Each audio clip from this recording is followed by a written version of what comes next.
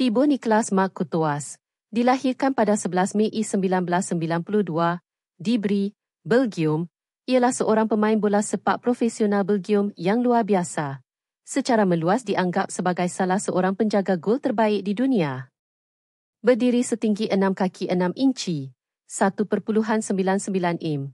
Beliau diraikan kerana kehadirannya yang mengagumkan, kebolehan menyelamat yang luar biasa, refleks yang mengagumkan, dan kemahiran pengagihan bola yang cemerlang. Beliau kini bermain sebagai penjaga gol untuk kelab Sepanyol Real Madrid dan merupakan figura penting bagi pasukan kebangsaan Belgium. Courtois memulakan kerjaya profesionalnya dengan Gent di Belgium, di mana beliau dengan cepat menempa nama, membantu mereka memenangi gelaran Liga Pro Belgium. Bakatnya membawa kepada perpindahan ke Chelsea di Liga Perdana pada tahun 2011. Walaupun beliau pada mulanya menghabiskan 3 musim yang berjaya secara pinjaman di Atletico Madrid. Tempuhnya di Atletico Madrid sangat memberi impak, memenangi La Liga dan mencapai final Liga Juara-Juara UEFA. Sekembalinya ke Chelsea, beliau meneruskan kebangkitannya, memperoleh 2 gelaran Liga Perdana dan 1 Piala FA. Pada tahun 2018, Courtois membuat perpindahan berprofil tinggi ke Real Madrid, di mana beliau telah mengukuhkan lagi statusnya sebagai penjaga gol bertaraf dunia.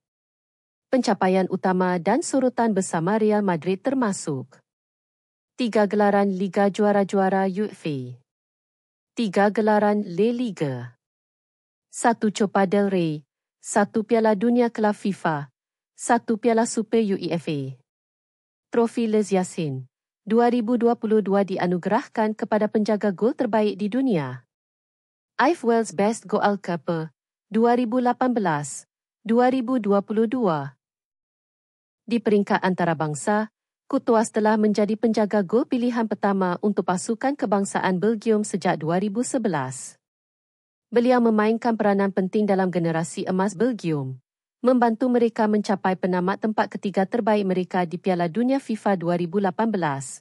Di mana beliau juga memenangi sarung tangan emas sebagai penjaga gol terbaik kejohanan. Legasi Thibaut Courtois ditentukan oleh kecemerlangan konsistennya di peringkat kelab dan antarabangsa tertinggi, penyelamatannya yang luar biasa, dan sumbangan pentingnya kepada beberapa pasukan paling berjaya pada eranya, mengukuhkan tempatnya di kalangan penjaga gol elit bola sepak.